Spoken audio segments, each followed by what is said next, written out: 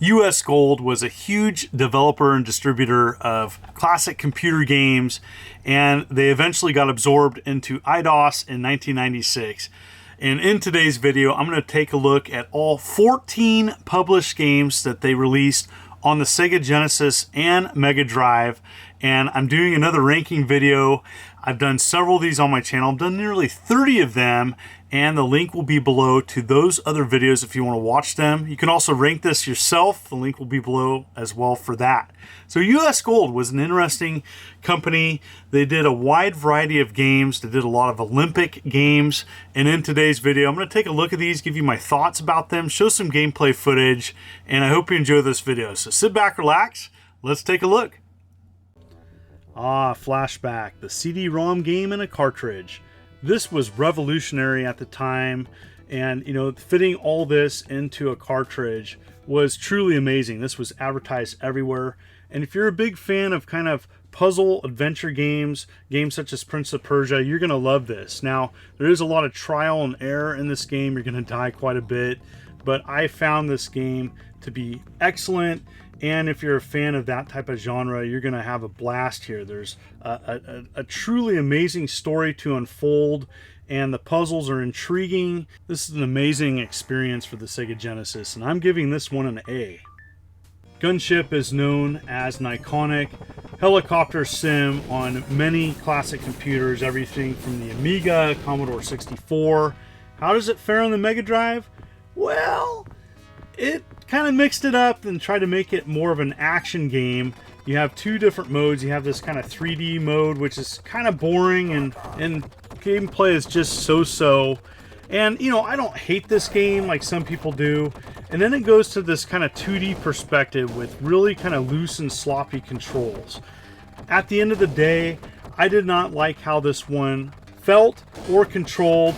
Great graphics, but it doesn't work for me, and it's a D.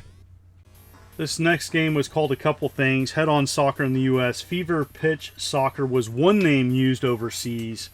And, this is a game I didn't really play a lot or know a lot about. So it was kind of nice to go in this kind of blindfolded. And I was pleasantly surprised by how well this game plays. It actually has an 8-player option as well. Now, if you're looking for more of a sim-style soccer game, this is not for you. But I like the arcade-style soccer games, and I really like the presentation here. It's got great gameplay. I really found myself kind of getting into playing this one, and I really like it. It's above average, and this is a B. I barely remember this 90s cartoon, but there was a few games made for it. Super Nintendo game is very different than the Mega Drive version, and this is a game I really tried to get into. I don't know what the obsession was with soccer in the 90s, but it was everywhere.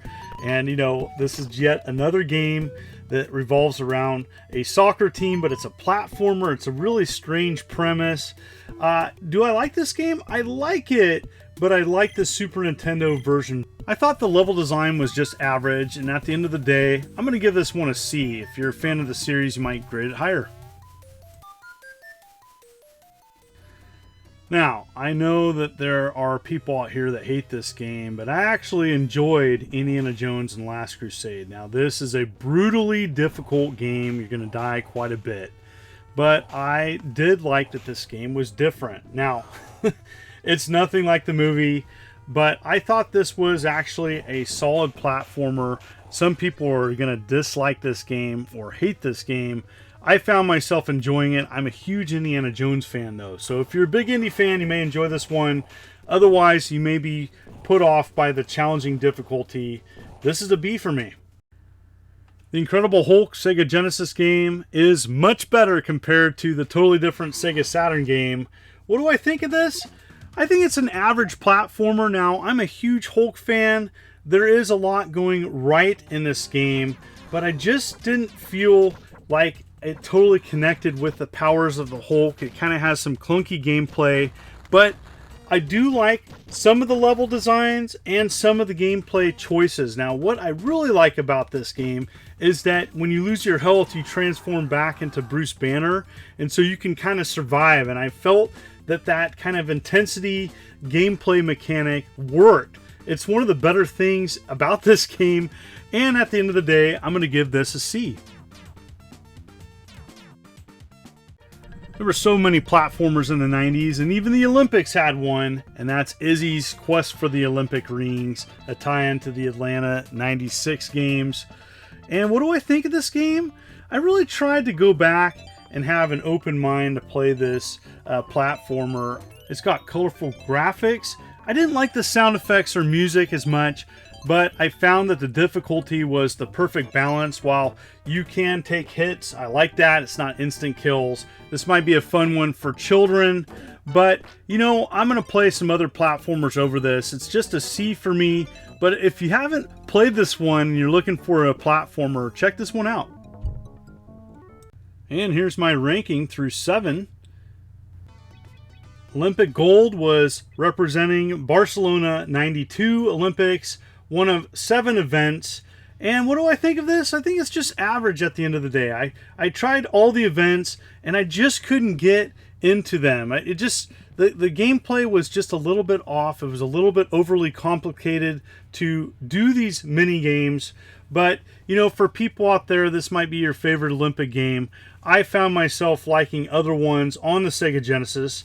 And, you know, a Hammer Toss was one of my favorites. But, you know, I just couldn't get into the running or even the swimming. The gameplay mechanics were just a little bit overly complicated to succeed. This is a C for me. Love myself some top-down racers, and Power Drive was a game actually released here in North America on the Sega channel.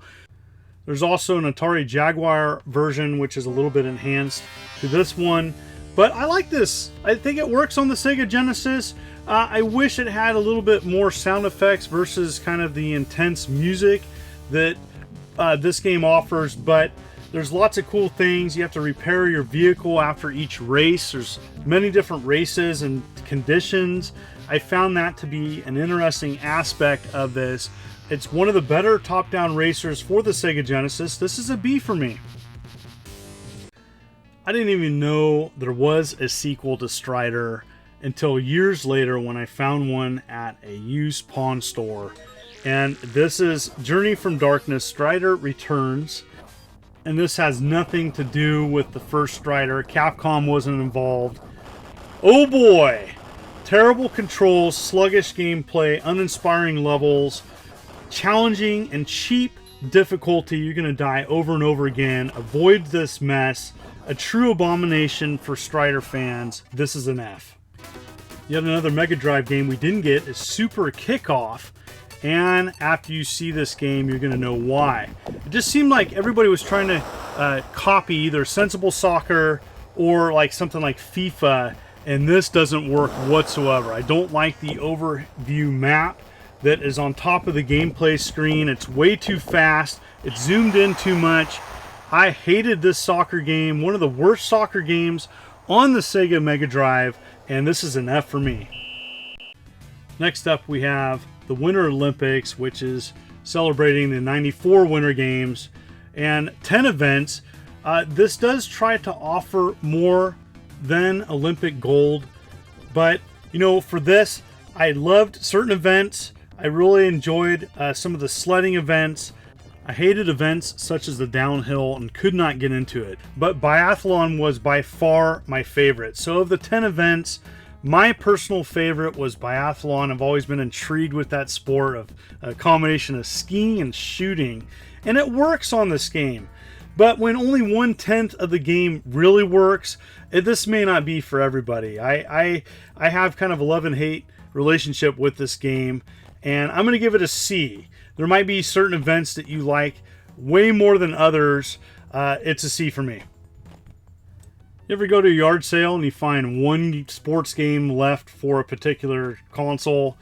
Well, World Class Leaderboard Golf is just a straight up golf game. It's no frills.